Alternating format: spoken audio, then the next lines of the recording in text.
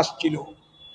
তুমি মামাটি মানুষের সরকার বলে দাবি করো, আর বাংলার পরিযায়ী শ্রমিকরা বাইরে থেকে যখন আসছে ট্রেনে করে, সেই ট্রেন জোগাড় করতে আমি নিজে রেলমন্ত্রীর কাছে বলেছিলাম আমি রেল দপ্তরের সামনে অবস্থান করবো, ট্রেন দাও।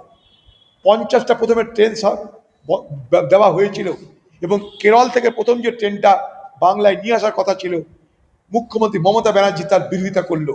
কি বললো? করোনা এক্সপ্রেস আমি ঢুকতে দেবো না। পরিযায়ী শ্রমিকদের করোনা হয়েছে এই অপবাদে আপনি তাদেরকে বাংলায় ঢুকতে দিলেন না।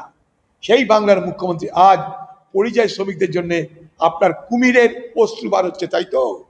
কারণ ভোট এসছে, মোদিজি আসবে ভোট করতে, বলবে বাংলাদেশি কোথায়, ধরো আর মারো। আর দিদি বলবে আমি কেন আছি, আমি কি করতে আছি, যত বাঙালি সব তোমরা আমার কাছে এসো, আমার জন্য ভোট করো। এই তো গল্প।